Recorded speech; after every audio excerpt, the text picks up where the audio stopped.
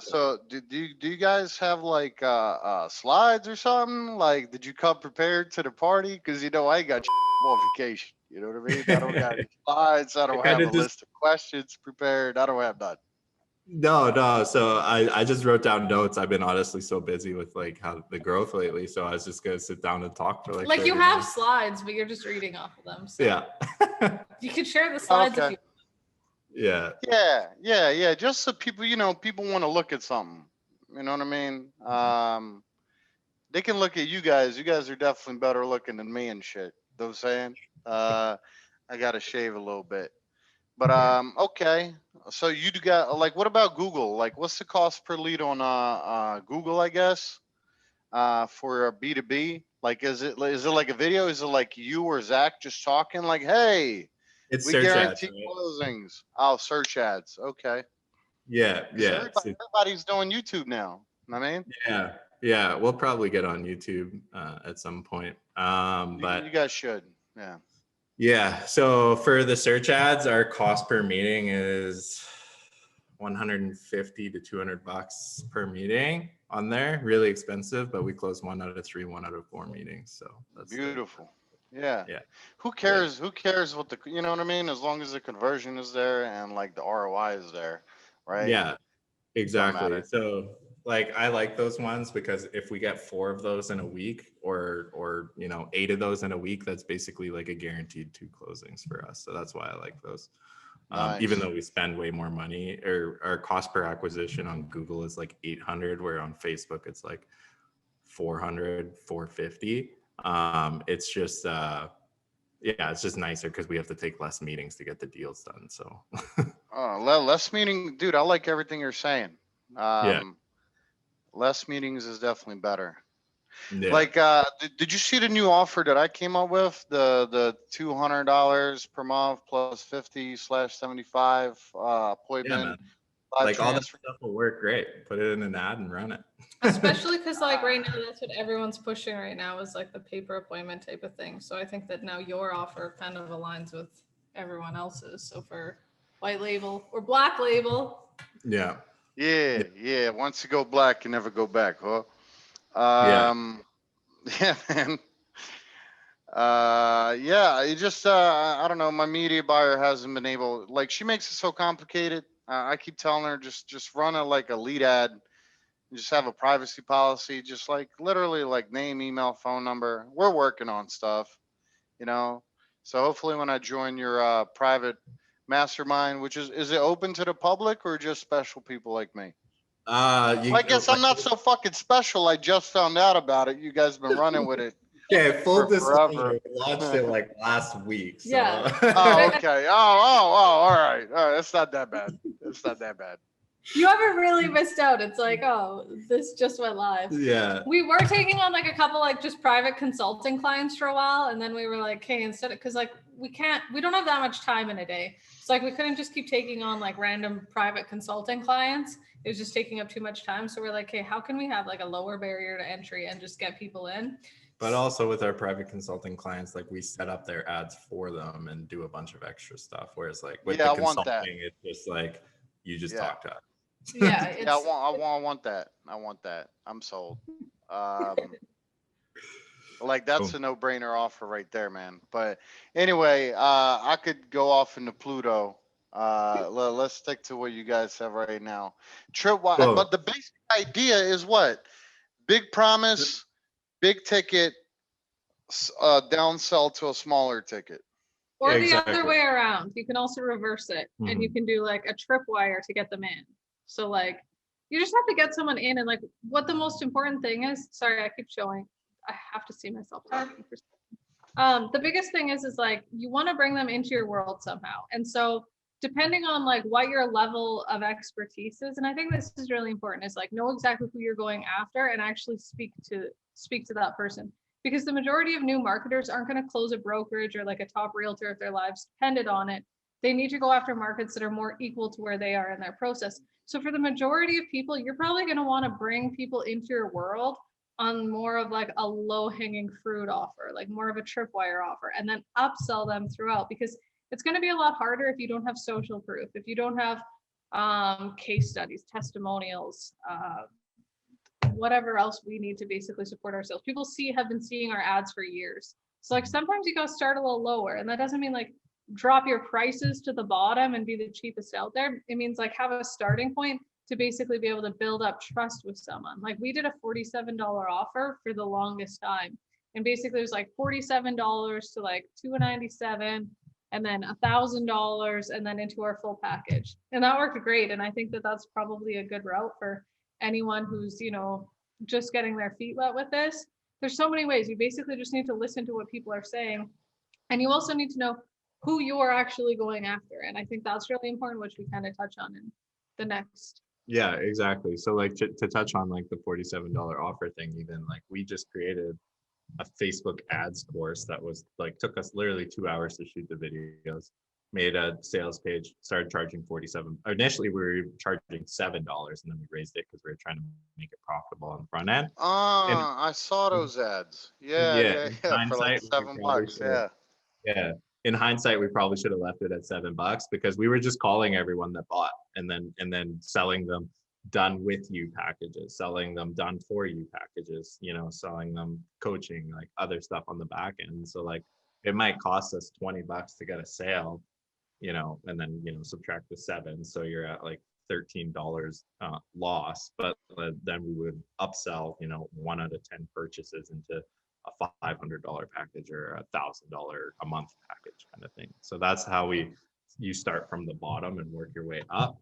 And then you can do the same thing with the top, you know, try to sell like, you know, a 20K package and then disqualify them. And you find out they're more of a fit to be in that $1,000 a month range. And you just sell them that. And that really comes down to like experience. Cause like someone who's new, like I feel like in this industry, it's like everyone just tries to race each other to the bottom, which doesn't make any sense. He's running away.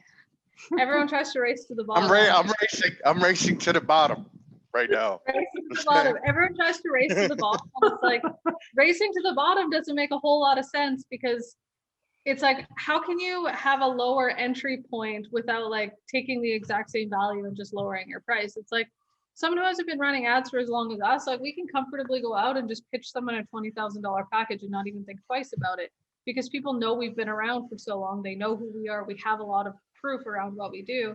Someone who's a little bit newer, not as experienced, and is a stranger to these people, it's going to be a lot harder. And a lot of people are going to laugh at you if you're like a 20-year-old kid being like, yo, here's my $25,000 offer. It's like, if you can't close a $7 offer, a $47 offer, you can't close a $50 deal, you have no business doing that. So it's like, it's a good way to bridge up your offer in a way that, I don't know, you're going to get some wins and you're going to be able to build up trust, right? Yeah. So like the $47 one was like a course, like just how to set up your ads from the realtor's perspective, right? Yeah, exactly. And then you said you had a $297 thing. What was that thing? Yeah, so that was actually an upsell right in the funnel, which was a great piece because what we were doing is, so it went $47 offer, and then the upsell on the funnel was said, hey, if you're no good with tech or any of this stuff, you know, just buy this. It's $297. We'll grant us access into your business manager, and we're just going to set everything up for you. And it's a one-time offer. They can only get that $297 right then and there. And then all that really did was just sent a onboarding form to them, and then they filled it out, and then it pinged my VAs, and they just went and got access to the business manager and set everything up. And then we had a client success manager just reach out to them and then sell them on ISA services. And then, you know what I mean? So it was like they're already doing business with us at this point. We're setting up like CRMs and stuff like that, and we just start cross-selling multiple different products back to them and say, hey, I noticed, you know, we're going to be running these campaigns for you for the next 14 days, getting them kind of set it and forget it ready. Why don't we just call the leads for you too? It costs this much. Yeah, man, that tripwire thing is definitely, like, for example, here I walk on the beach, right? And there's like dudes that like walk the beach and try to sell us stuff. And like, they always like, my friend, come here. Let me ask you a question, my friend. And then they'll like hand you a cigar. You know, the moment you take that cigar, the law of reciprocity means you owe them something. You know Yeah, what I mean? Exactly. So exactly. then they come back and say, hey, only for you, my friend, 20 cigars, $100.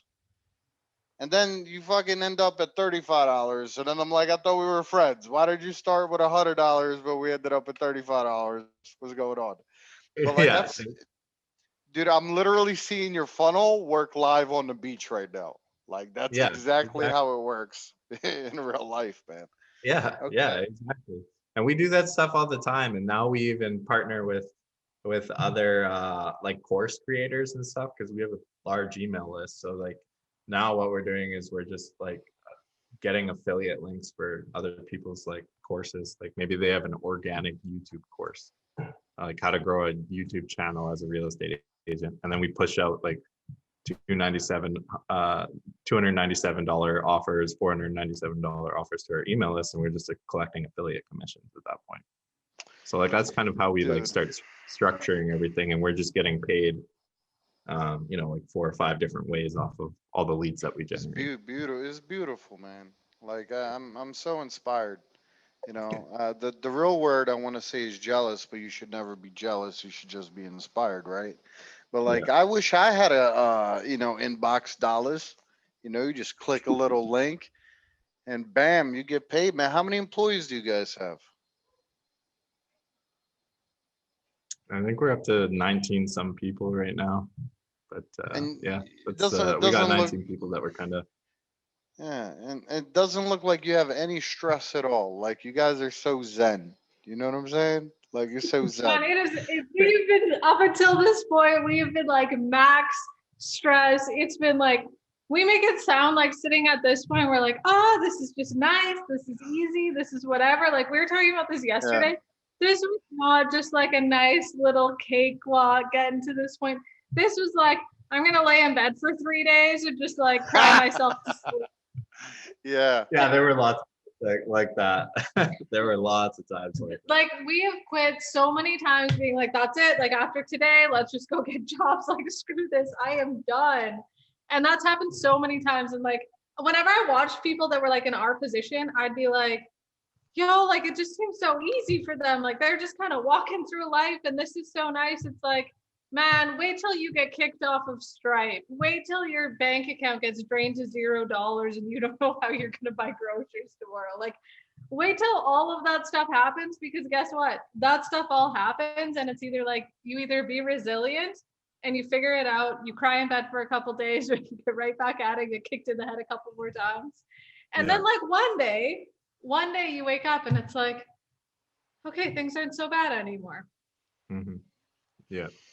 No, you guys deserve a trophy. You know what I mean? Like you went through all of that, and you're not on Xanax or anything like that, or any antipsychotics. I'm assuming you're not on any It's been a prescription while. medication. Okay. Yeah, we probably should be. At this point, Bro, Yeah. because like I always joke about it, like 30% of my day is spent yelling at Asian people. Like that's all I do is I literally just yell at Asian people like 3 hours a day. Like it's insane. You know what I mean? Not so much the past week and stuff. Maybe I think it's just I need a warmer warmer climate, you know, and I'm Yeah. not gonna get so frustrated, you know. Um, yeah, but anyway, so like, okay, 150,000, you're gonna be at a quarter mil. How much of that is profit? We're probably going to be sitting around 35 to 45% profit margin on that. See, that's healthy, right? But like I talk to guys and they're telling me they're running at 65%, because that's where I'm at. I'm at like I hover between like 32 and 37%, you Yeah. know? And like you get to this big number, but you don't get to take that big number home. You know what no, I'm No. like when saying? we were like when you're a smaller agency, it's like almost 100% profit. Like when we were at like 25,000 a month, it's like that all went into our bank account. And then as you start growing and growing and growing, it gets more expensive and your ads start to cost more because you're spending more money. You have to bring on more people. And then you start doing things where it's like you start like hiring luxury employees where it's like, you know what, I just don't want to do that anymore. Oh, So, wait, what's give me a few examples of a luxury employee, because I think I have a few. our client success managers are a great hire. Okay. They basically act as a gatekeeper. And then you have like a COO, which kind of works from you to basically everyone else. And Yeah. then client success managers, and then you have your fulfillment staff.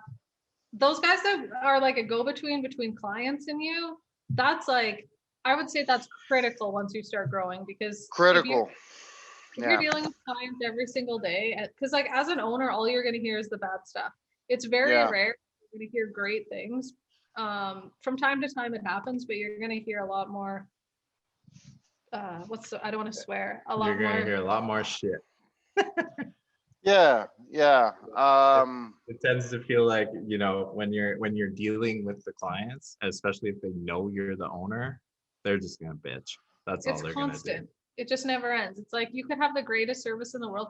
We have customers that do $22 million a year off of our service, and they'll still complain to us about God knows what. It's like, but are you making 22 million? Yeah. So why are you complaining? But like they still will. Because they're like, well, we could be making 26 million, you know, but we're only making 22. Like, don't think too highly of yourself. You know what I'm saying? Anybody could do it, Yeah. right? It's crazy, man. I had a conversation with a client. Well, I think he's gonna be a ex-client now, but you know, we got a 1 week cancellation policy. You know, you got to let us know a week before bill date, right? Because we're not here to babysit you and stuff. We're not here to chase you around. And this dude don't say nothing, and then he gets charged. And then the success manager talks to him, and he's like, "All right, I'm gonna use it as credit, you know, for next month for my existing clients and stuff." And this morning, I see an email like chargeback.